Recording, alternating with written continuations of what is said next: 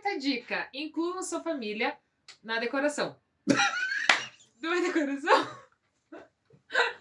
O que que é? O que que é? Na preparação, ué. Por que na decoração com o objetivo de pôr a família? E aí pessoal, tudo bem com vocês? Sejam bem-vindos ao nosso canal. Hoje nós vamos dar 6 dicas para você que está se preparando para casar.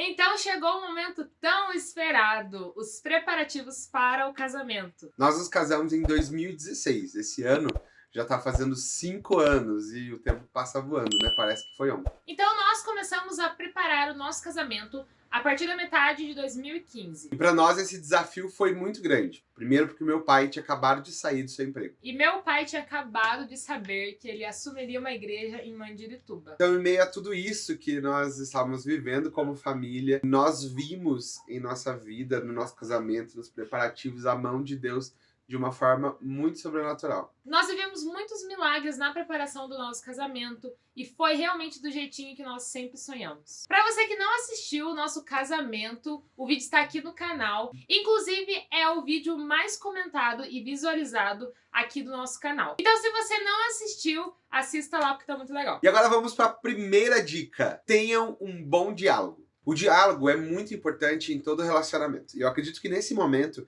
que antecede o casamento, ele faz toda a diferença. Nesse tempo é muito importante você conhecer o coração do seu parceiro. Quais são os sonhos dele? Então isso é muito importante quando falamos sobre isso dentro do relacionamento, para que entre em concordância, né, um com o outro, para que um não esteja sonhando para um lado e o outro para o outro. Isso é muito importante. No nosso caso, deu muito certo, porque nós dois sonhávamos muito parecido com a questão do casamento, a questão da nossa festa e como a gente queria que as coisas acontecessem. Mas alguns casais são muito diferentes. E às vezes um sonha uma coisa, outro sonha outra coisa. E os dois precisam sentar e colocar as coisas realmente em ordem para que não haja brigas, para que não haja discussões. O diálogo é o melhor caminho para que isso não aconteça. É importante entender que um relacionamento também vai precisar de muitas renúncias, né? Quando você pensa sobre algo, sonha sobre algo, mas a outra pessoa pensa diferente de você, vocês, como o Dudu disse, precisam entrar em consenso. Então, vale a pena às vezes abrir mão de algo que você quer para fazer o outro sorrir até que você chegue em uma concordância os dois, né? Enfim, é possível que duas pessoas diferentes consigam conciliar os seus sonhos e viver um momento incrível juntos, com certeza. Dica número 2. Incluam Deus em tudo. Deus precisa fazer parte de todos os nossos planos. E não é diferente quando se trata do nosso casamento ou da preparação para esse grande dia. Eu lembro de algo muito especial que aconteceu conosco quando nós fomos visitar o lugar onde seria o nosso casamento. Quando nós entramos lá, foi meus pais que nos levaram, a gente estava passeando por lá naquele dia. E eles falaram, deixa a gente levar vocês para conhecer um lugar que nós vimos um dia. E a gente entrou naquele lugar e a gente realmente se encantou, né? A gente ficou assim, uau, seria incrível se fosse aqui o nosso casamento. E eu lembro de falar para minha mãe, eu falei, mãe, mas infelizmente nós não vamos ter condições. Olha esse lugar, né? É um castelo, não tem como a gente casar aqui nesse lugar. Eu até lembro de falar pro Dudu, eu falei, seria impossível fazer um casamento nesse lugar. Pra vocês verem como a gente se encantou com o lugar e como a gente estava achando que realmente isso não poderia acontecer, porque era uma coisa fora da nossa realidade. É porque ele unia as duas coisas que a gente precisava, que era um lugar grande para bastante gente e também um lugar bonito que a gente realmente olhasse e gostasse quando chegasse. E que a gente sempre sonhou, né? Exatamente. Então, a minha mãe falou assim, gente, para Deus nada é impossível, vamos orar? E daí a gente fez uma roda ali mesmo, onde a gente estava, e nós oramos, e aconteceu, né? Depois as coisas foram acontecendo, fizemos reunião, e se tornou possível, e a gente sabe, a gente vê a mão de Deus em tudo isso. E por que eu estou compartilhando isso? Coloque Deus. Às vezes a gente acha, eu acho que Deus não está nem aí para essas coisas normais do dia a dia da vida. Você está enganado. Deus, ele está sim presente em todos os momentos da nossa vida. E em tudo aquilo que a gente inclui ele. ele faz parte. Eu sempre gosto da frase que fala que Deus, ele se preocupa com os detalhes, ele é muito detalhista, né? E até no nosso casamento, tudo que a gente queria, na riqueza de detalhes, ele realizou. Então Deus, ele se preocupa assim com essas pequenas coisas.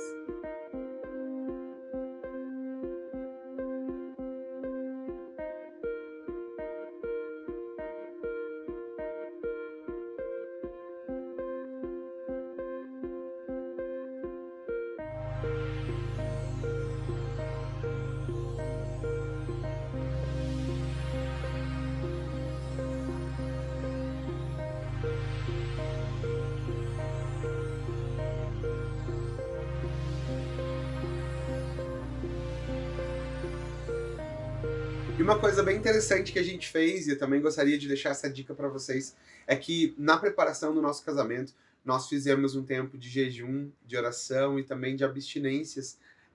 Eu tirei o doce na época, Eu tirei o café. a Stephanie tirou o café, duas coisas que pra gente era muito difícil. E foi muito bom, foi um tempo assim de muita proximidade de Deus e um do outro. Foi um tempo assim incrível. Então coloquem Deus em primeiro lugar. Na lua de mel. Na lua de mel a gente comeu muito chocolate e café. Vale ressaltar uma coisa muito importante. O que acontece é que muita gente faz loucuras em nome de crer que Deus vai realizar tudo aquilo que vocês querem. E acabam se enrolando financeiramente, entrando em dívidas impagáveis após o casamento. E aqui fica uma dica para vocês: tomem muito cuidado com isso. Então, tenham o pé no chão, mesmo tendo fé e sabendo que Deus pode suprir tantas coisas nas nossas vidas, é muito importante que você mantenha seus pés sempre no chão e sabendo que algumas coisas Deus vai prover no meio do caminho. Eu lembro de coisas que às vezes a Stephanie falava, eu queria tal coisa, e eu falava, olha, não tem como fazer isso. E às vezes Deus provia de outra forma, vinha alguém, nos dava aquilo que a gente queria de presente, sem a gente nem ter falado. Então, acontecem essas coisas, esses milagres de provisão.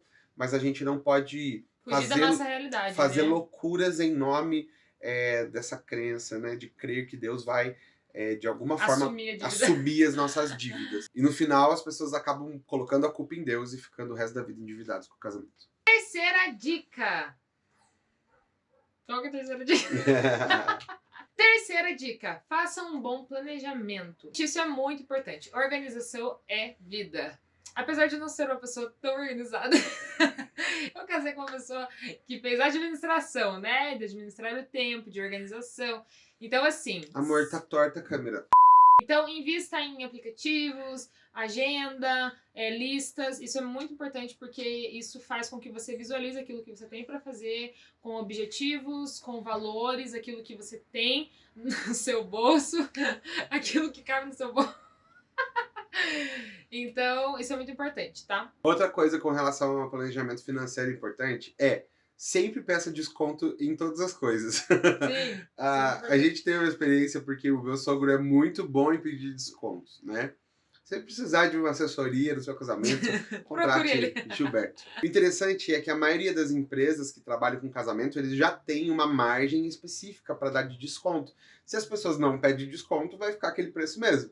Se você pedir desconto, com certeza vai ter um pouquinho ali para você. Então, faça isso ajuda, né? Um pouquinho de dinheiro aqui e ali que você economiza e consegue fazer outras coisas além. E se você não tem coragem de pedir desconto, assim como a gente, leve alguém da sua família e faça isso. Gente, se nós pudéssemos voltar atrás, nós nos organizaríamos muito melhor. Porque teve muita coisa que, infelizmente, nós deixamos para a última hora. Tipo, como as músicas que a gente perdeu e a gente teve que fazer um dia antes, na verdade, na madrugada, né? De sexta para sábado. Não, eu fiz no dia, porque eu perdi essa lista. O Dudu fez a questão de perder as músicas, ele teve que fazer tudo de novo no dia do casamento. Então, tipo assim, são coisas, detalhes. Mas ela nem percebeu que eu coloquei as músicas todas diferentes. São detalhes que precisam, gente. Mesmo que seja uma coisa pequenininha, mas é importante ver antes, com antecedência, bonitinho. Deixar a última semana só pra você descansar a tua mente e pensar no casamento. Então, assim, se organize. Nós erramos bastante nessa questão, porque deixamos essas coisinhas muito pequenas. Como eram pequenas, a gente foi deixando pra depois. E chegou, eu lembro que chegou, era madrugada já, um dia antes do nosso casamento, a minha sogra chegou e falou, gente, vocês não vão aguentar amanhã ir pro casamento.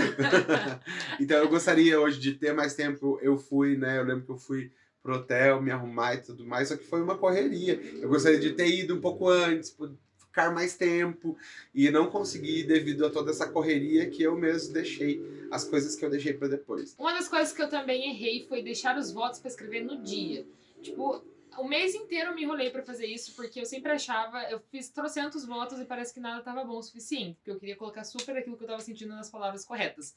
Então eu fui enrolando, só que naquele mês, né, no último mês do casamento, que é o mês que é mais lotado de coisas pra você fazer, as últimas coisas ali do casamento que você tá fechando, e não dá tempo de você parar, se concentrar a fazer os votos. E eu deixei pra última hora, ou seja, eu deixei pra fazer exatamente no dia do casamento, de organizar todas as ideias e colocar no papel. E assim, hoje eu olho pros meus votos e eu falo, gente, eu poderia ter sido um pouquinho melhor, né? Tipo, ter sentado com calma e ter feito isso sem pressa.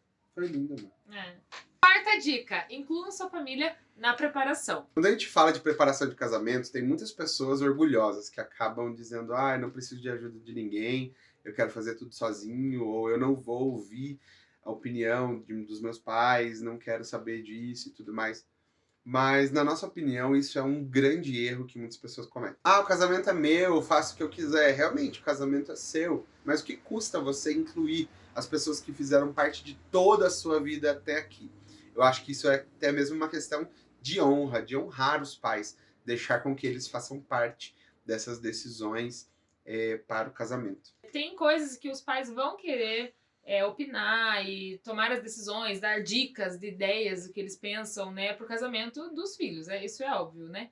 Mas é claro que vai prevalecer a Uhum. vontade do casal e aquilo que se entrou no consenso. A questão principal aqui é entender que podem alguns pedidos ou coisas que os pais possam querer, por exemplo, pro seu casamento, não combine com o teu estilo de vida, ou não combine com aquilo que você faz junto com seu futuro cônjuge. Né? Por exemplo, um pai e uma mãe que dizem para você assim, ah, eu quero que no teu casamento tenha bebida liberada para todo mundo vai beber e encher a cara. E às vezes no seu casamento você não quer esse tipo de coisa, você não quer passar vergonha, você não quer os parentes lá bebendo, nada disso. É o seu casamento, você tem direito nesse momento de dizer, não pai, não mãe, eu não quero isso pro meu casamento.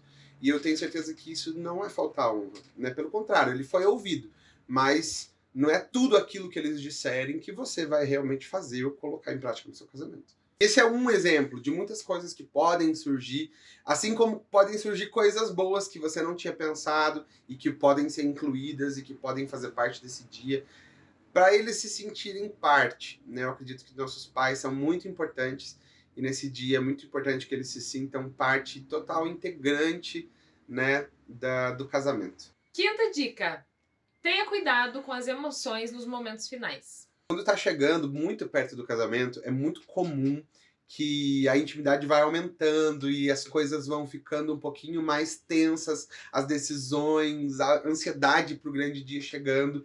E isso pode ser muito perigoso, porque pode gerar brigas, pode gerar muitas coisas chatas aí, alguns choques, né, de realidade. Podem acontecer nessa preparação. Então tem que se tomar bastante cuidado. E agora uma dica super importante para vocês. Sexta e última dica, tome cuidado com a intimidade. É isso aí, gente. Nos últimos momentos, nos momentos finais, a gente vai percebendo que a intimidade já foi aumentando com toda essa preparação para o casamento. E muitas pessoas, eu digo muitas mesmo, acabam às vezes caindo nesses últimos dias, né? Principalmente para nós que somos cristãos. Vocês sabem a importância de tomar todos os cuidados até o último momento.